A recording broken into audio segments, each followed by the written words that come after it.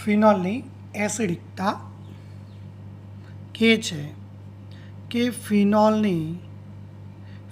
પણ એસિડિક છે, પણ એની એસિડિકતા પાણી અને આલ્કોહોલ કરતાં, આલ્કોહોલ એટલે કયા આલ્કોહોલ લેવાના છે? આલ્કાઇલ આલ્કોહોલ કરતાં વધારે છે. ફિનોલની એસિડિક તો છે જ, પણ એસિડિકતા પાણી અને આલ્કોહોલ કરતાં વધારે છે. તો પહેલું જોઈશું. તો એસિડિકતા જોવી હોય આપણે એને, તો ફિનોલને એને હોય છે એટલે કે બેઝ સાથે પ્રક્રિયા કરો તો શું બનાવે? એસિડ હોય તો ક્ષાર અને પાણી. ક્ષાર કઈ રીતે બનશે? અહીંથી HNA આવશે, ONA, નામ બનશે સોડિયમ ફિનોક્સાઇડ અને પાણી. તો ફિનોલનો સોડિયમ હાઇડ્રોક્સાઇડ સાથે પ્રક્રિયા કરતાં ક્ષાર અને પાણી બન્યો. એનો મતલબ ફિનોલ એસિડિક ગુણધર્મ ધરાવે છે. ફિનોલ એસિડિક ગુણધર્મ ધરાવે છે એના પાછળનું કારણ શું હોય તો એને આપણે જોઈએ.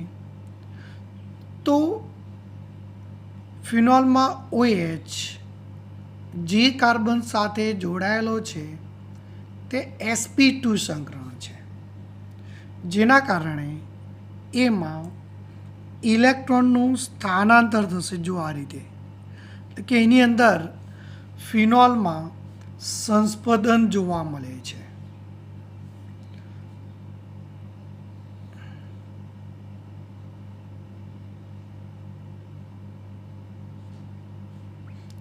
જો આ ઇલેક્ટ્રોન અહીંયા આવ્યા એટલે દ્વિબંધ બન્યો, આ ઇલેક્ટ્રોન અહીંયા ગયા માઇનસ, તો એક આ રીતે આવશે. હજુ સંસ્પંદનમાં આ અહીંયા જશે, આ બે ઇલેક્ટ્રોન અહીંયા આવશે.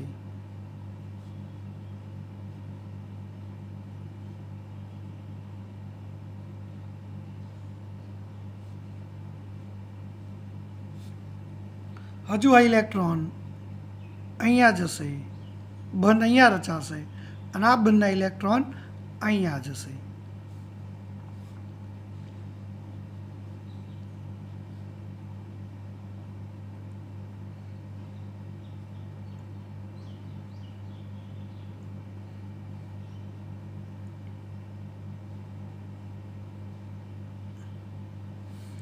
ફરીથી પાછો આ ઇલેક્ટ્રોન અહીંયા જશે, આ બંને ઇલેક્ટ્રોન અહીંયા જશે.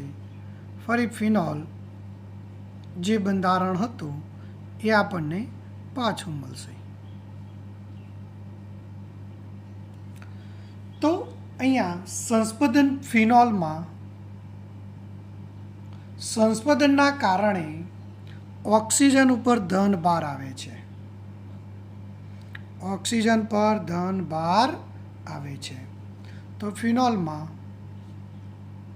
સંસ્પંદનના કારણે ધન ભાર આવે છે.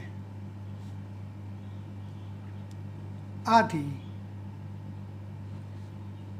ધ્રુવીયતા વધે છે, અને ધ્રુવીયતા વધે તો ધ્રુવીયતા વધે છે. અને આગળ જોઈ કે ધ્રુવીયતા વધે તો એસિડિકતા વધે છે. તો પહેલું કારણ આ છે ફિનોલમાં જોવા મળતું સંસ્પંદન, અને એના કારણે કાર્બન પર ઓક્સિજન પર OHના ઓક્સિજન પર ધનભાર આવે છે, જેના કારણે ધ્રુવીયતા વધે છે અને એના કારણે એસિડિકતા પણ વધે છે. હવે વાત તો થઈ ગઈ કે ફિનોલ એસિડિક છે, પણ ફિનોલની એસિડિકતા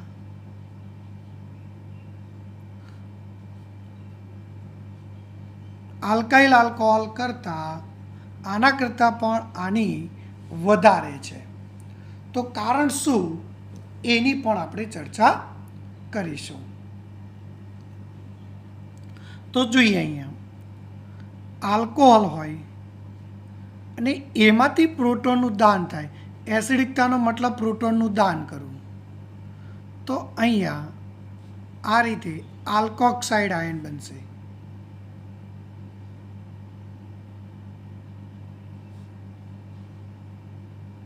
પણ આ ઓછો સ્થાયી છે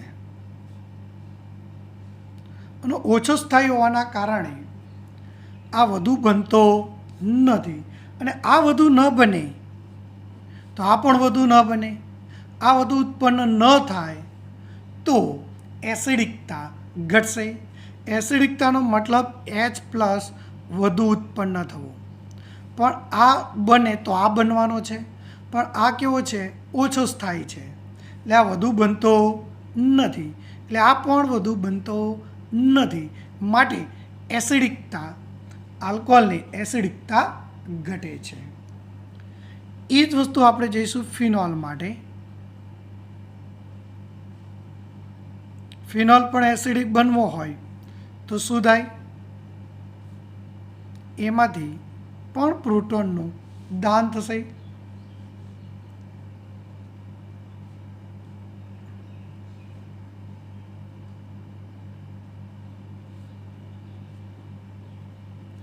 જો પ્રોટોનનું દાન કરે તો આ જે બને એને કે ફિનોક્સાઇડ આયન કહેવાય. પણ ફિનોક્સાઇડ આયન સંસ્પંદનના કારણે વધુ સ્થાયી બને છે. સમજી લેજો. એટલે કે આ વધુ સ્થાયી બને છે. વધુ સ્થાયી બને છે એનો મતલબ આ વધુ ઉત્પન્ન થશે. જો એ વધુ ઉત્પન્ન થાય તો સાથે H+ પણ વધુ ઉત્પન્ન થશે. અને H+ વધુ ઉત્પન્ન થાય તો એસિડિકતા વધારે હોય. તો ફિનોલમાંથી જે ફિનોક્સાઇડ આયન બને છે એ એના સંસ્પંદનના કારણે વધુ સ્થાયી બને છે. હવે સંસ્પંદન કઈ રીતે હોય એને અહીંયા દોરું છું, ધ્યાન રાખજો.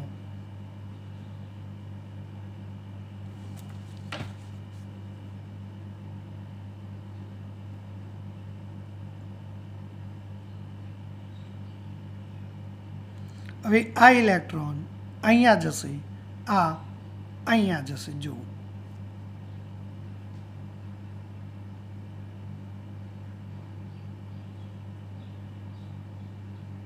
આ રીતે આવશે.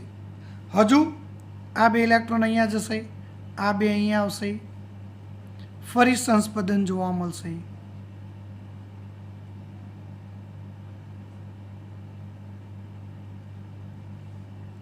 ફરી અહીંથી ઇલેક્ટ્રોન અહીંયા જશે, આ ઇલેક્ટ્રોન અહીંયા જશે. ફરી સંસ્પંદન જોવા મળશે તમને.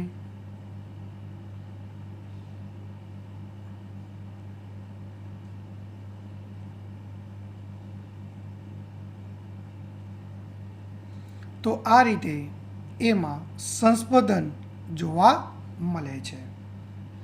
તો સંસ્પંદનના કારણે ફિનોક્સાઇડ આયન વધુ સ્થાયી છે અને એના કારણે એની એસિડિકતા વધુ છે. કે છે કે ઇથેનોલ કરતાં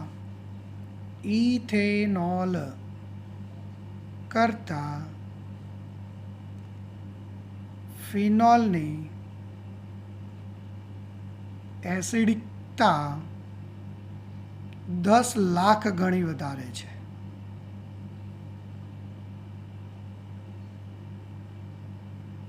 વાક્ય યાદ રાખજો. ઇથેનોલ કરતાં ફિનોલની એસિડિકતા 10 લાખ ગણી વધારે છે. વાક્યો ધ્યાન રાખવાના છે અને સમજવાનું છે.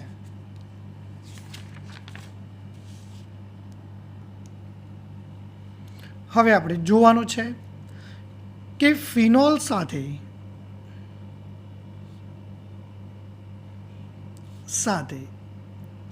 ઇલેક્ટ્રોન આકર્ષક સમૂહ જોડાય. ઇલેક્ટ્રોન આકર્ષક સમૂહ એટલે નાઇટ્રો,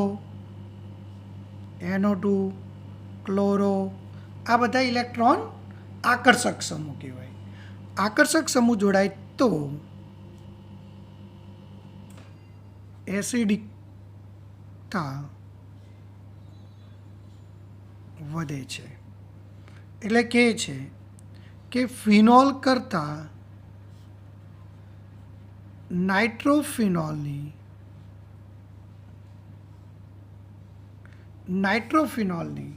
એસિડિકતા વધુ.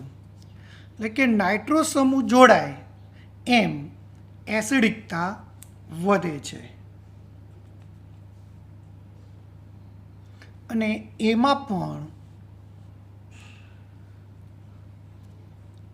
ઓર્થો સ્થાને અને પેરા સ્થાને જોડાય તો એસિડિકતા વધારે હોય. જોઈ શકીએ હજુ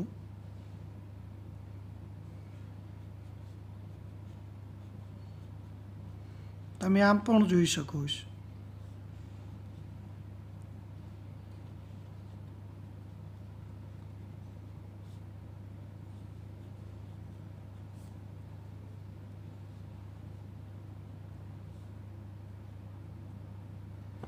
એટલે કહે છે કે મેટા સ્થાન કરતાં ઓર્થો સ્થાનની એસિડિકતા વધારે હોય, ઓર્થો કરતાં પેરાની વધારે હોય. એટલે ધ્યાન રાખજો, ઓર્થોની વધુ, પેરાની વધુ, ઓર્થોની એનીથી ઓછું અને મેટા નાઇટ્રોની એના કરતાં પણ ઓછી હોય. એટલે આ તમારે ધ્યાન રાખવાનું છે. હવે આપણે જોઈએ એ જ વસ્તુ ફિનોલ માટે. ઇલેક્ટ્રોન દાતા સમૂહ ગોઠવાય તો એસિડિકતા ઘટે છે. તમે કહેશો દાતા સમૂહ કોણ છે? તો ઇલેક્ટ્રોન દાતા સમૂહ એટલે આલ્કેનવાળા સમૂહ, મિથેન, ઇથેન, પ્રોપેનવાળા. એટલે કહે છે કે ફિનોલ કરતાં ક્રેસોલ, ક્રેસોલ એટલે OH પણ હોય અને CH3 પણ હોય, એને ક્રેસોલ કહેવાય. તો શું થશે? એસિડિકતા ઘટે છે. એટલે કે આર સમૂહ આવે, આર સમૂહ, મિથેન, ઇથેન, તો એસિડિકતા ઘટશે. નાઇટ્રો એટલે કે NO2, Cl, આવા જો ઘટકો આવશે તો એસિડિકતા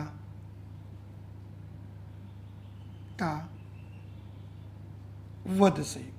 વાક્ય તમારે ધ્યાન રાખવાનું છે અને સમજવાના પ્રયત્નો કરવાના છે. હવે એસિડિકતાનો આધાર pH ઉપર છે.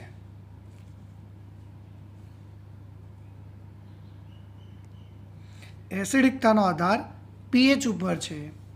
-log H3O H+.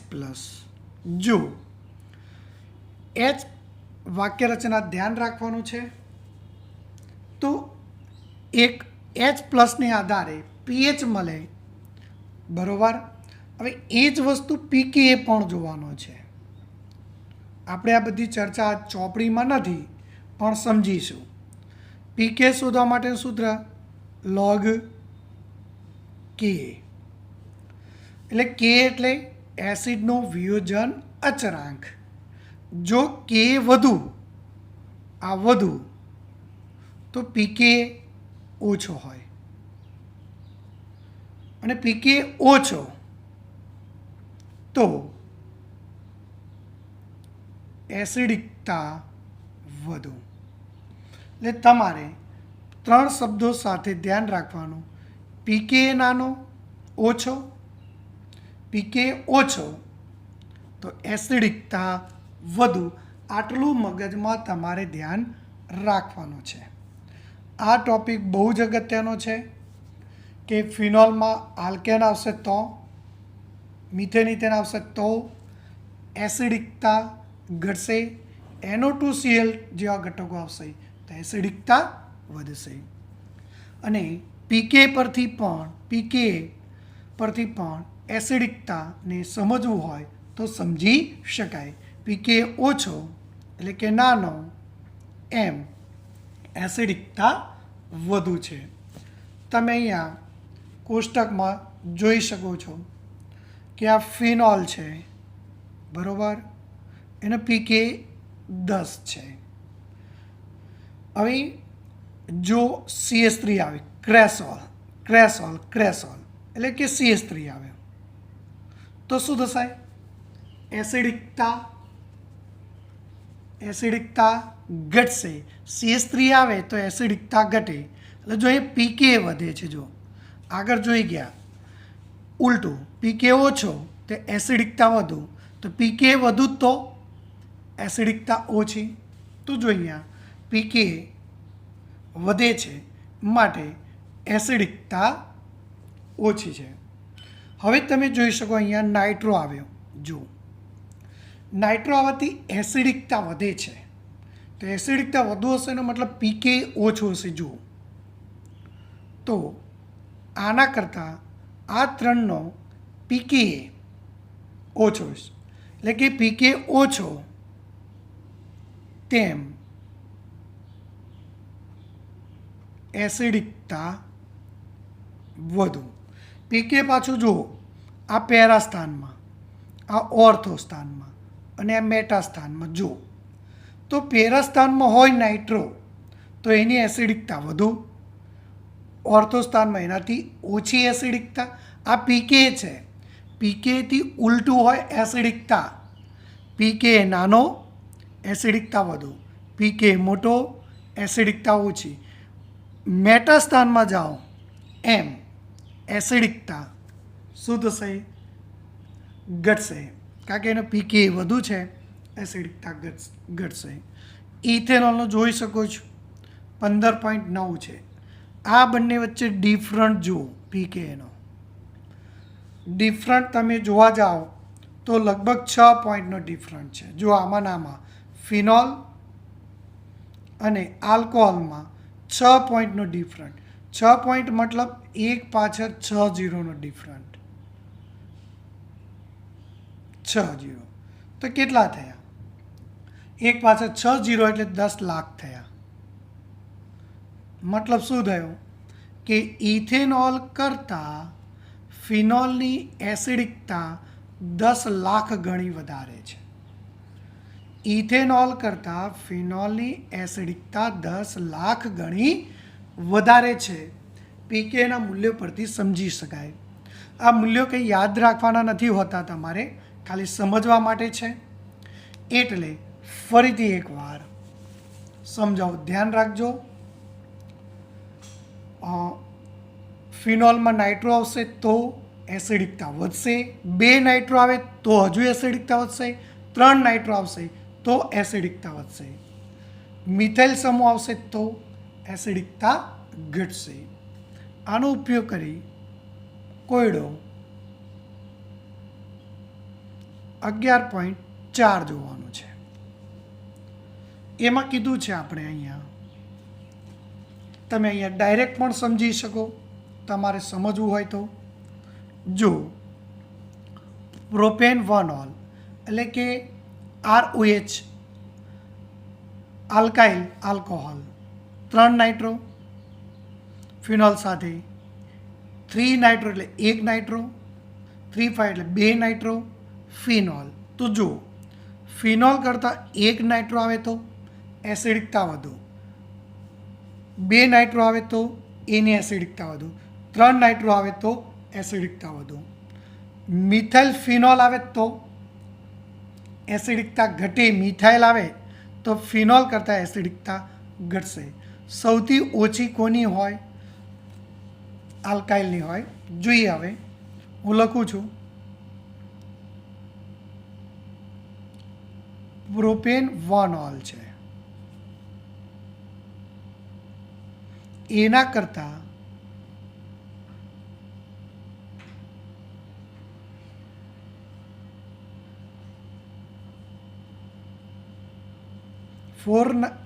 Four methyl ફિનોલની વધારે હોય અને એના કરતાં ફિનોલની વધારે હોય. ધ્યાન રાખજો.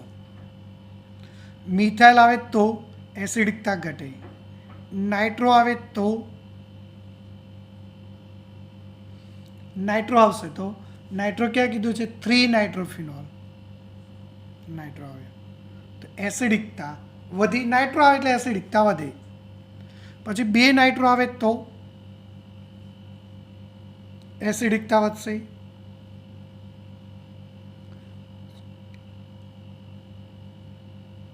NH5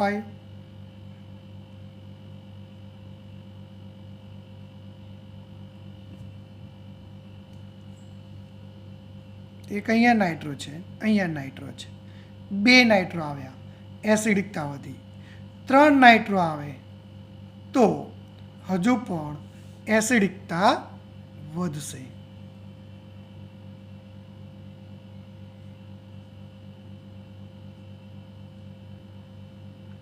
તો ફરીથી એકવાર, ફિનોલ કરતાં નાઇટ્રો આવે તો એસિડિકતા વધે, 2 નાઇટ્રો આવે તો વધુ વધે, 3 નાઇટ્રો આવે તો વધુ વધે, મિથાઇલ આવે તો એના કરતાં ઘટે, અને આની તો આ બધા કરતાં પણ ઓછી જ હોય.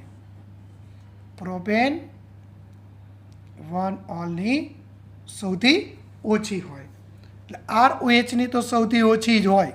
ધ્યાન રાખવાનું, ફિનોલ ગમે તે ફિનોલ હોય એની સાથે તો પણ ઓછી હશે. તો તમે અહીંયા જોઈ શકો છો. જો અહીંયા આન્સર આપ્યો છે, પ્રોપેન 1 ઓછો હોય મિથાઇલવાળાની, ફિનોલ કરતાં મિથાઇલની ઓછી, નાઇટ્રોની વધારે, 2 નાઇટ્રોની વધારે, 3 નાઇટ્રોની વધારે. તો શું યાદ રાખવાની? નાઇટ્રો આવે તો એસિડિકતા વધશે અને મિથાઇલ આવે તો એસિડિકતા ઘટશે. ચલો હવે વિદ્યાર્થી મિત્રો, આપણે ફરીથી આગળ જોવાનું છે. આલ્કોહોલ અને ફિનોલના રાસાયણિક ગુણધર્મો જોવા છે. પણ રાસાયણિક ગુણધર્મો 3 રીતે જોવાના છે. પહેલાં H બંધ તૂટે 1, પછી OH બંધ તૂટે 2, પછી આખો ઘટક પ્રક્રિયા કરે એમ 3. પહેલું જોઈશું, આમાંથી OH બંધ તૂટે, એટલે કે આ બંધ તૂટે એ તેવી રાસાયણિક પ્રક્રિયાઓ. તો પહેલાં કહે છે કે આલ્કોહોલનો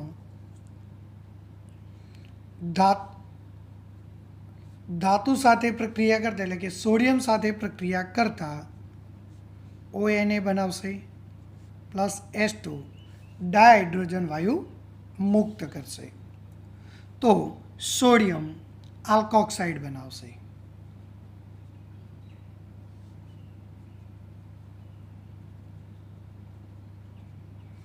ઉદાહરણ જોઈએ આપણે. CH3OH નો સોડિયમ સાથે પ્રક્રિયા કરો તો શું થશે? ONA plus H2. સમીકરણને સંતુલિત કરવા માટે આપણે અહીંયા આ રીતે મૂકીશું. એ જ રીતે એલ્યુમિનિયમ સાથે પણ પ્રક્રિયા કરશે. એક સોડિયમ સાથે પ્રક્રિયા કરશે અને બીજો છે એલ્યુમિનિયમ સાથે પ્રક્રિયા કરશે. હવે એલ્યુમિનિયમ સાથે કઈ રીતે પ્રક્રિયા કરે છે એની આપણે વાત કરીશું.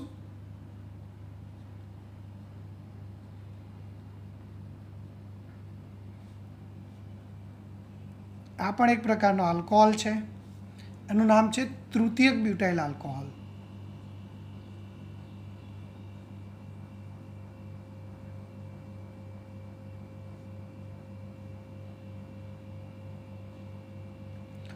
તૃતીયક બ્યુટાઇલ આલ્કોહોલમાં એલ્યુમિનિયમ સાથે પ્રક્રિયા કરો. પણ એલ્યુમિનિયમ 3 ઇલેક્ટ્રોન આપે. જો કેટલા? 3. અહીંથી 3 જશે H.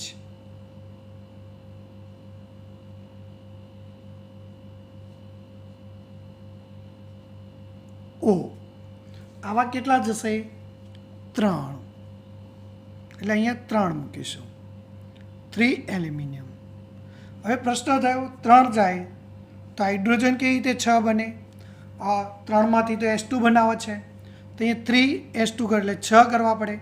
તો આને આમ 6 કરી દો, તો આગળ અહીંયા 2 કરી દો, અહીંયા 2 કરી દો, તો થઈ ગયા આપણને. તો 3H2 શું થશે? છૂટું પડશે. તો આ રીતે આનું નામ બોલવું હોય તો આગળ એલ્યુમિનિયમ લગાડી દેવાનું, એલ્યુમિનિયમ તૃતીયક બ્યુટોક્સાઇડ, એલ્યુમિનિયમ તૃતીયક બ્યુટોક્સાઇડ. તો આ રીતે આને સમજી શકાય. એ જ રીતે ફિનોલને પણ સોડિયમ સાથે પ્રક્રિયા કરો, સોડિયમ સાથે, તો પણ સોડિયમ ફિનોક્સાઇડ બનાવશે. સોડિયમ ફિનોક્સાઇડ પ્લસ હાઇડ્રોજન સંતુલિત કરવા માટે આપણે 2 મૂકીશું. તો આનું નામ છે સોડિયમ ફિનોક્સાઇડ. તો પહેલી પ્રક્રિયા જોઈ ધાતુ સાથે, એટલે પહેલી પ્રક્રિયા જોઈએ આપણે ફરીથી. ફર્સ્ટ આમ આવશે ધાતુ સાથે.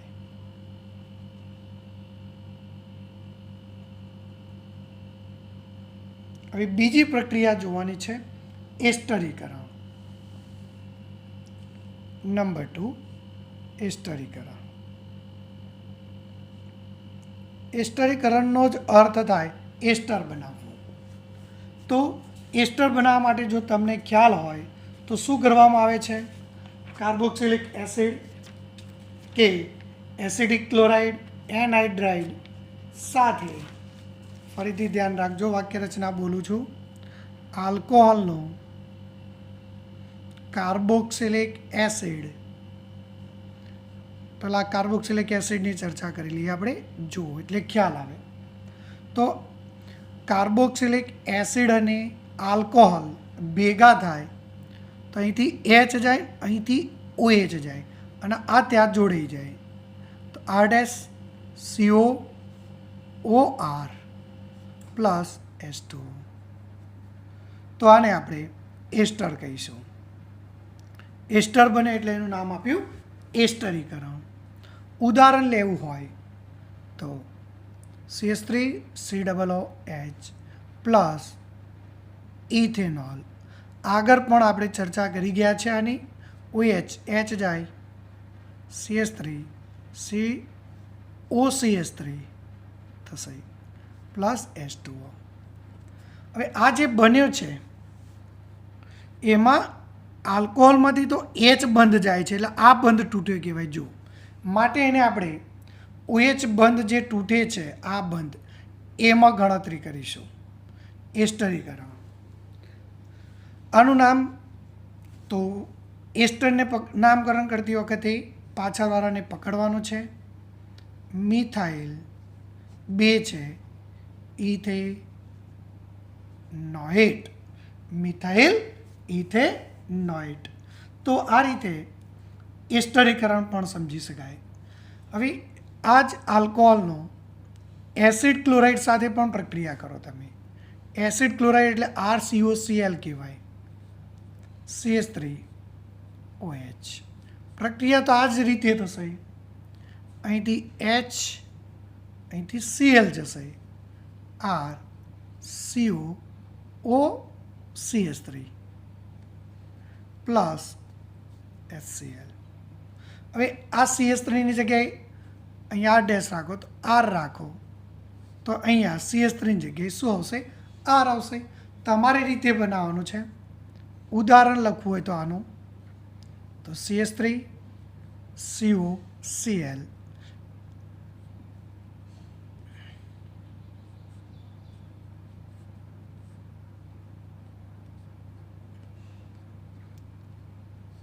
જોઈ શકો છો પ્રક્રિયા કઈ રીતે થાય છે. આ પણ એસ્ટર બનશે. જુઓ, એ વાક્ય રચના તમારે ધ્યાન રાખવાની છે. આનું નામ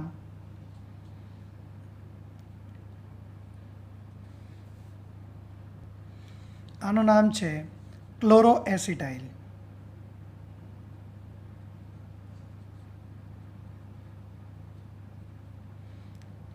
ચોપડીમાં ઉદાહરણ નથી, આ તો હું સમજાવું છું, ધ્યાન રાખજો તમે.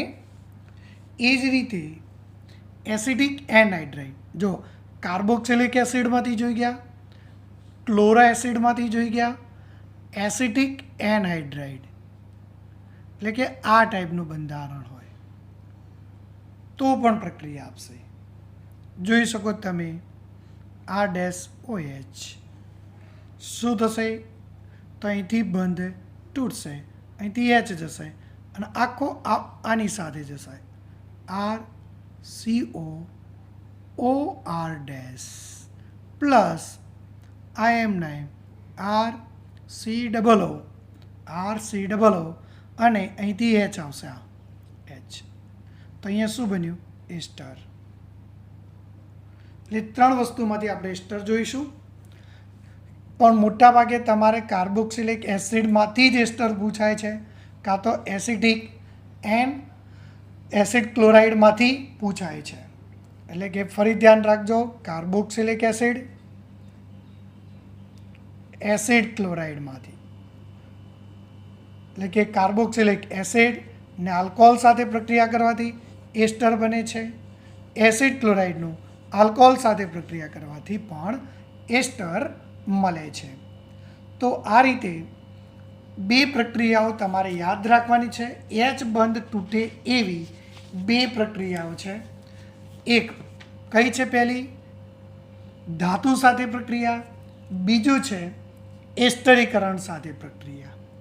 હવે સૌથી અગત્યની બાબત આપણે જે જોવાની છે, એસ્પિરિનની બનાવટ.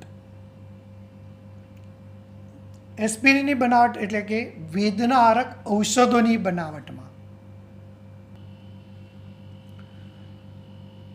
એસ્પિરિન એટલે કે આપણે જે માથાના દુખાવા માટે એટલે કે વેદનાહારક ઔષધની બનાવટમાં એસ્પિરિનનો ઉપયોગ માથાનો દુખાવો જે થતો હોય એ દુખાવોને ઘટાડવા માટે આપણે જે ઔષધ વાપરીએ છીએ એનું નામ છે એસ્પિરિન.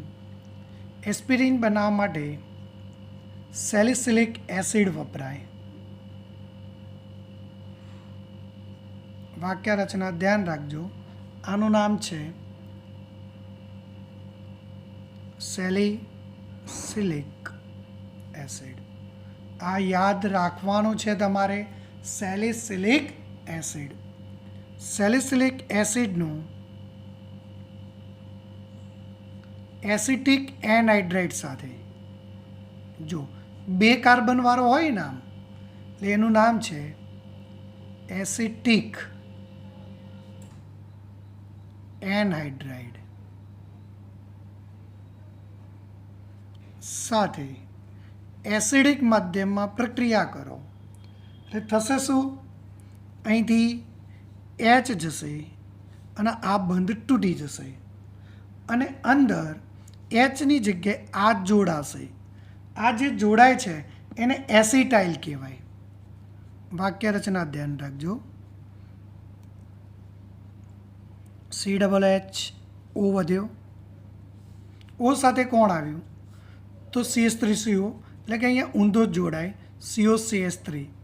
એટલે COCH3 જે જોડાયો એને એસિટાઇલ જોડાયેલ કહેવાય.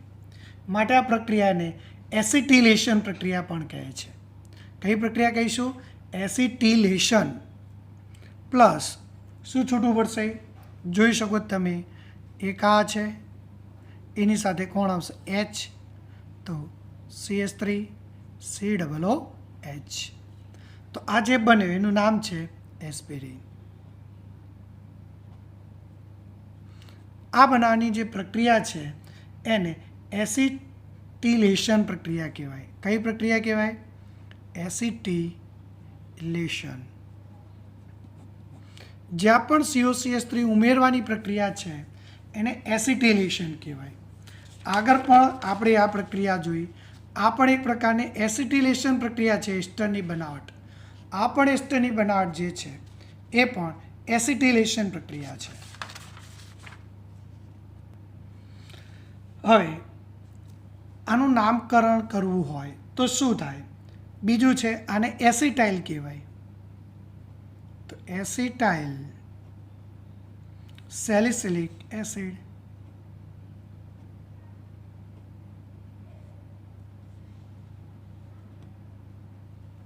જો તમે સેલિસિલિક એસિડ હતો એટલે અહીંયા એચની જગ્યાએ COCH3 આવે એને એસિટાઇલ કહેવાય. COCH3 ને એસિટાઇલ કહેવાય. એના પરથી એનું નામ પડ્યું એસિટાઇલ સેલિસિલિક એસિડ, અથવા શોર્ટમાં એનું નામ છે એસ્પિરિન, જેનો ઉપયોગ વેદનાહારક ઔષધ તરીકે કરવામાં આવે છે. આ પણ એક પ્રકારનું એસ્ટરીકરણ જ છે, ધ્યાન રાખજો. આ પણ એક પ્રકારનું એસ્ટર જ બને છે, એટલે આને પણ એસ્ટરીકરણ પ્રક્રિયા કહેવાય. એટલે ફરીથી ધ્યાન રાખજો.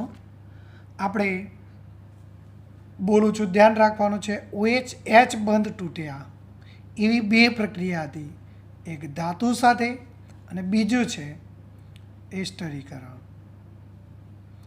એસ્ટરીકરણમાં આ સેલિસિલિક એટલે કે એસિટાઇલ એટલે કે મતલબ એસ્પિરિનની જે બનાવટ છે એ ખાસ યાદ રાખવાની છે. હવે આપણે જોઈએ આગળ. આલ્કોહોલમાં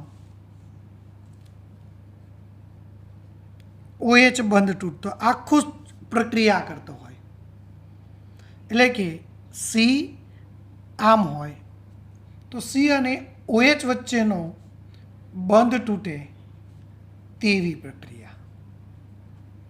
અને આ બધી પ્રક્રિયા આપણે આગળ જોઈ ગયેલા છે.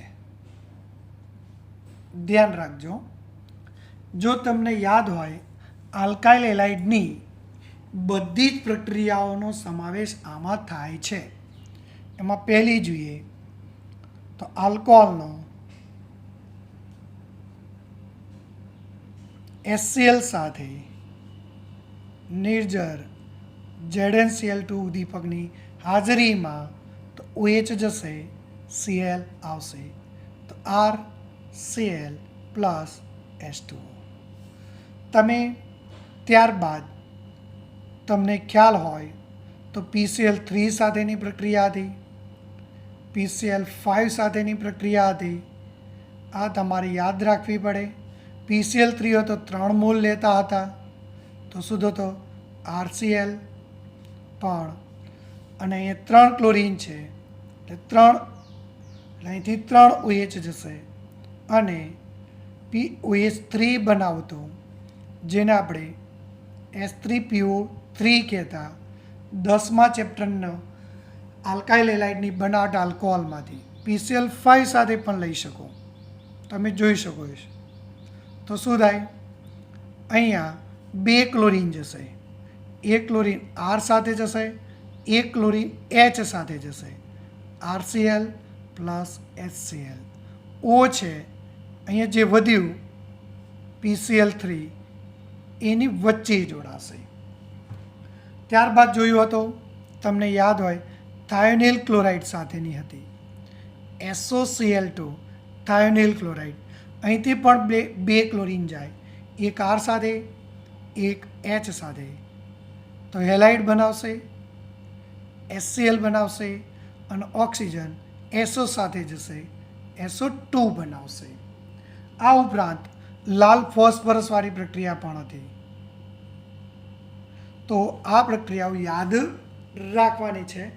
તો એ ચેપ્ટર 11ની અંદર જોઈ ગયા. એટલે આ જે પહેલી પ્રક્રિયા છે એને આપણે લ્યુકાસ કસોટી કહેતા હતા. પહેલી જે પ્રક્રિયા છે એનું નામ છે લ્યુકાસ કસોટી.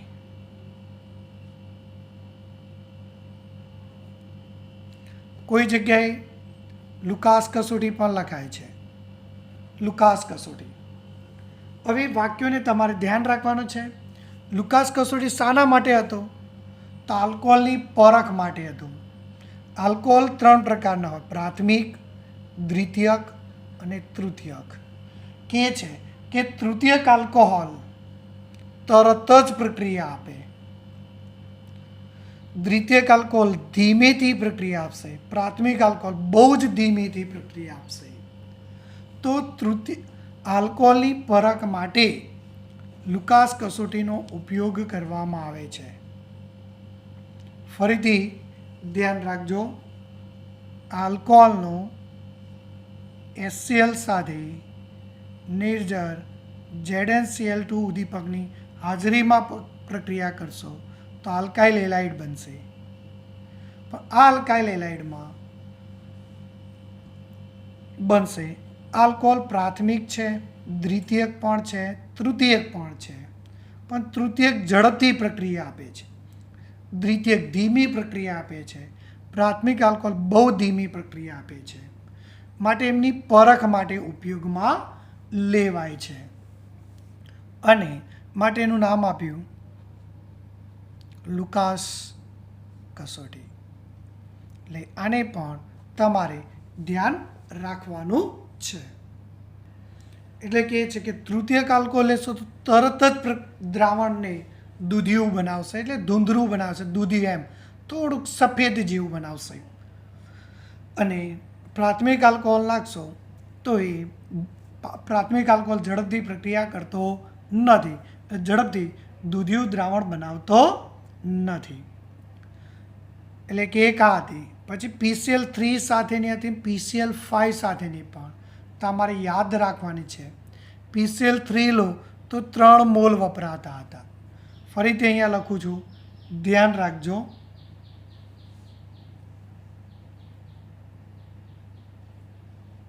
PCl3 ફોસ્ફરસ ટ્રાયક્લોરાઇડ સાથે અથવા ટ્રાયબ્રોમાઇડ પણ લઈ શકો, PBr3 સાથે પણ લઈ શકાય, પણ 3 મોલ વપરાય.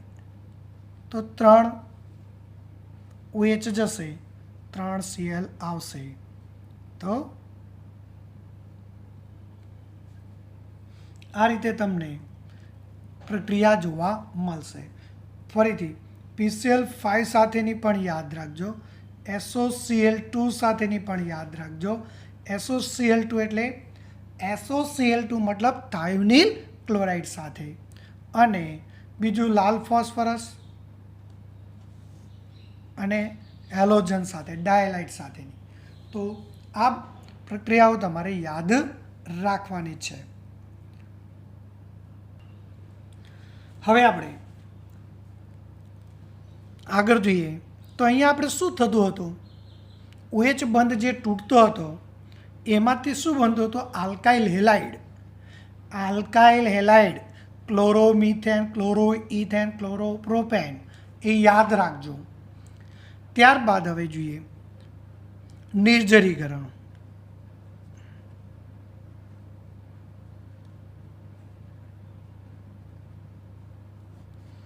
નિર્જરીકરણ એટલે H2O દૂર કરવો. તો જોઈએ અહીંયા નિર્જરીકરણમાં અહીંયા H હોય, અહીંયા OH હોય. અહીંથી OH જશે, અહીંથી H જશે.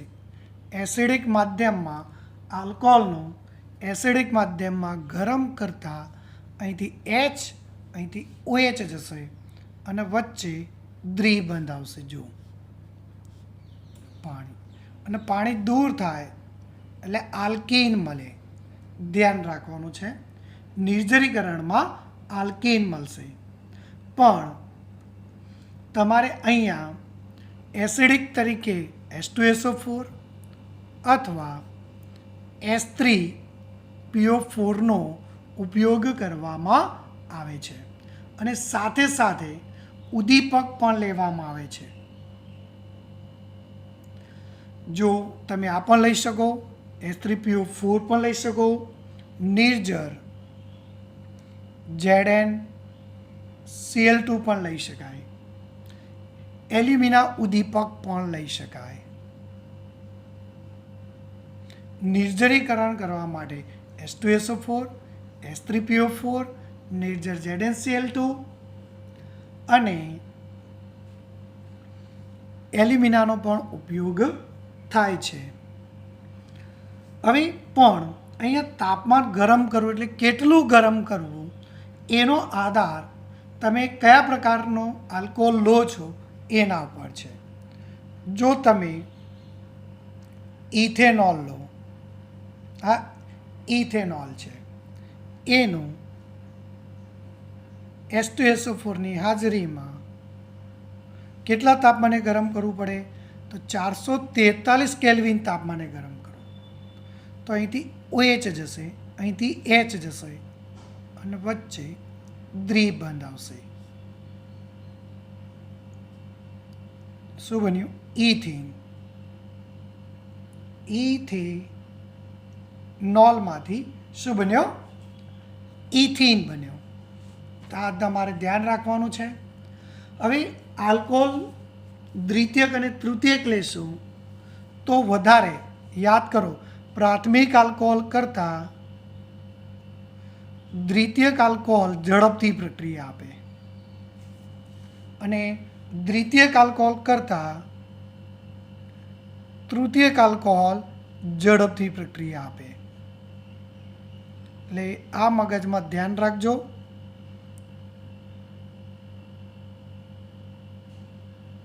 અહીંયા જુઓ તમે, આને પ્રાથમિક કહેવાય, આ દ્વિતીયક આલ્કોહોલ કહેવાય અને આ તૃતીયક આલ્કોહોલ કહેવાય. હવે આને ગરમ કરશો તમે તો 85% H3PO4 લેશો તો પણ પ્રક્રિયા આપશે, પણ કેટલા તાપમાને? 440 કેલ્વિન તાપમાને. એટલે કે સાંદ્ર સલ્ફ્યુરિક એસિડ લેવાની જરૂર નથી. એ નિર્ભર એસિડ એટલે કે H3PO4 વડે પણ એનું નિર્જરીકરણ કરી શકાય. અહીંથી OH, અહીંથી H, તો શું થાય? CH2 ડબલ બોન્ડ CH અને આ CH3 એમના એમ રહેશે. એ જ રીતે અહીંયા કરો તો 20% જ લેવો પડે H3PO4. 20%નો અર્થ શું થશે? કે તૃતીયક આલ્કોહોલ વધુ સક્રિય છે અને વધુ સક્રિય એટલે ઝડપથી પ્રક્રિયા આપે, માટે પ્રક્રિયા કરવા માટે વધારે સાંદ્ર H3PO4 ની જરૂર પડતી નથી અને તાપમાન પણ નીચું લેવું પડે, 358 કેલ્વિન તાપમાને.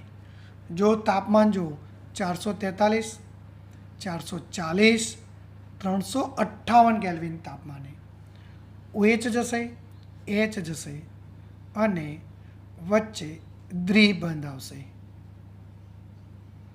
અને આ CH3 નીચે પણ લખી શકો અને અહીંયા સાઈડમાં પણ લખી શકાય. આનું નામકરણ કરવું હોય તો આમ થાય, 1, 2, 3 થાય એટલે આ શાખામાં કહેવાય. એટલે શું થશે? 2-મિથાઇલ પ્રોપેન એટલે કે પ્રોપ 1-ઈન.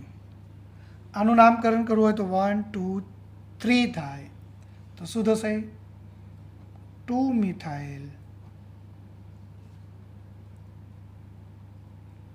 પ્રોપેન 2-ઓલ. 2-મિથાઇલ પ્રોપેન 2-ઓલ બનશે. એમાંથી આ રીતે આપણને નિપજ જોવા મળે છે. એટલે ધ્યાન રાખવાનું છે. એટલે કહે છે કે તૃતીયક આલ્કોહોલ ઝડપથી પ્રક્રિયા આપે, દ્વિતીયક આલ્કોહોલ ધીમેથી આપે છે, પ્રાથમિક આલ્કોહોલ એના કરતાં પણ ધીમેથી પ્રક્રિયા આપે છે. હવે આની આપણે ક્રિયાવિધિ આપણે અહીંયા જોવાની છે. એ ક્રિયાવિધિ કઈ રીતે થાય છે, એટલે કે 3 તબક્કામાં થાય છે, એની આપણે અહીંયા ચર્ચા કરીશું. અહીંયા આપણે જોઈશું ક્રિયાવિધિ જોવાની છે. ક્રિયાવિધિમાં પહેલા તબક્કામાં આપણને પ્રોટોનિક આલ્કોહોલ બનવું,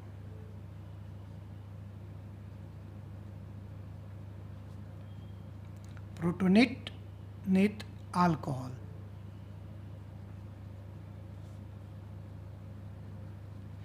જો કઈ રીતે બનશે એની પણ હું તમારી જોડે વાત કરું, ધ્યાન રાખજો.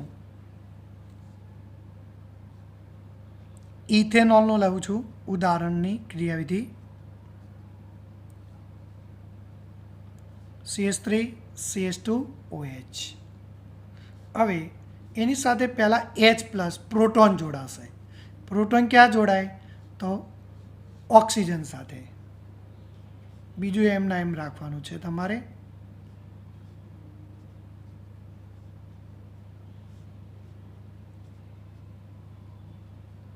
અને અહીંયા જોડાશે જો, તો એને પ્રોટોનેટ આલ્કોહોલ કહેવાય. એટલે અહીંયા કાર્બન ઓક્સિજન ઉપર ધન ભાર આવશે, એટલે આનું નામ આપ્યું પ્રોટોનેટ આલ્કોહોલ.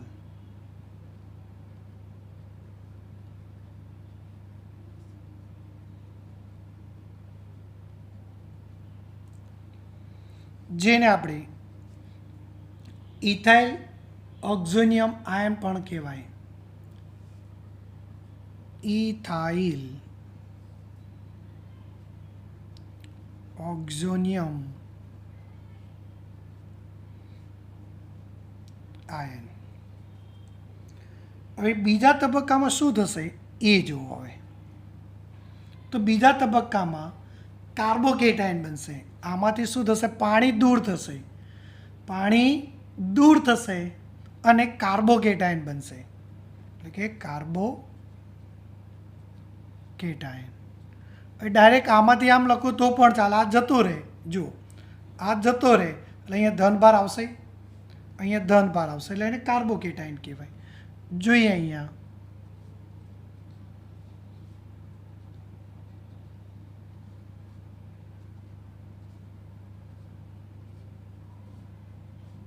આ કાર્બોકેટાયન છે, એમાંથી પાણી જતું રહેશે.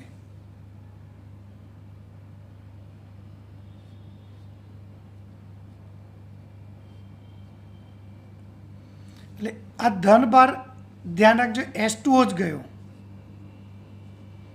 H2O ગયો.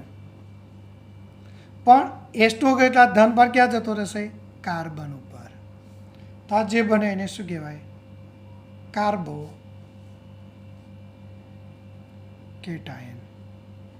તો કાર્બોકેટાયન બનશે. બીજા તબક્કામાં કાર્બોકેટાયન નો બનવો. ચલો ત્યારબાદ ત્રીજા તબક્કામાં શું થશે? હવે કોઈ કહેશે? તો અહીંથી H દૂર થશે અને વચ્ચે શું આવશે? દ્વિબંધ આવશે. તો જો પ્રોટોનનું વિલયન થવું, એટલે કે પ્રોટોનનું દૂર થવું.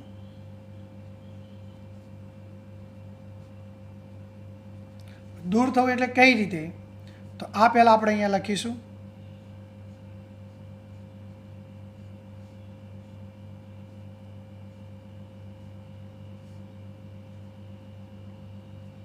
હવે અહીંથી પ્રોટોન જતો રહ્યો, જો આ જતો રહેશે, એટલે શું આવશે? વચ્ચે દ્વિબંધ આવશે. જો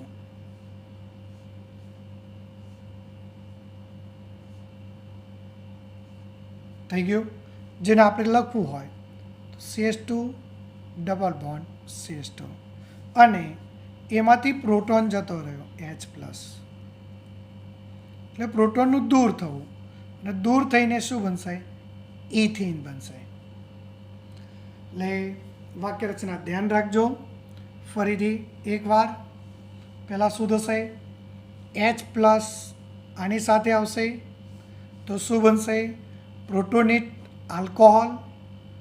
પ્રોટોનેટ એટલે પ્રોટોન દાખલ થઈને આલ્કોહોલ તો કરો પણ પ્રોટોનવાળો આલ્કોહોલ, એટલે એનું નામ આપ્યું પ્રોટોનેટ આલ્કોહોલ. અને પ્રોટોનેટ આલ્કોહોલમાંથી પાણી દૂર થશે તો શું બનશે? કાર્બોકેટાયન. અને કાર્બોકેટાયનમાંથી H પ્લસ એટલે કે પ્રોટોન દૂર થશે, અને પ્રોટોન દૂર થઈને આપણને શું મળશે? શું મળશે? આપણને ઇથીન મળશે. તો આ રીતે ઇથીન જોવા મળે છે. તો આ થઈ આપણી ક્રિયાવિધિ. પહેલી ક્રિયાવિધિમાં શું થયું હતું? હા, પ્રોટોન જોડાયો અને પ્રોટોનેટેડ આલ્કોહોલ બન્યો. બીજા તબક્કામાં પાણી દૂર થયો અને કાર્બોકેટાયન બન્યો. પછી અહીંથી H પ્લસ દૂર થયો અને આલ્કીન બન્યો. તો આની વાત કરીશું આપણે, એની ક્રિયાવિધિ.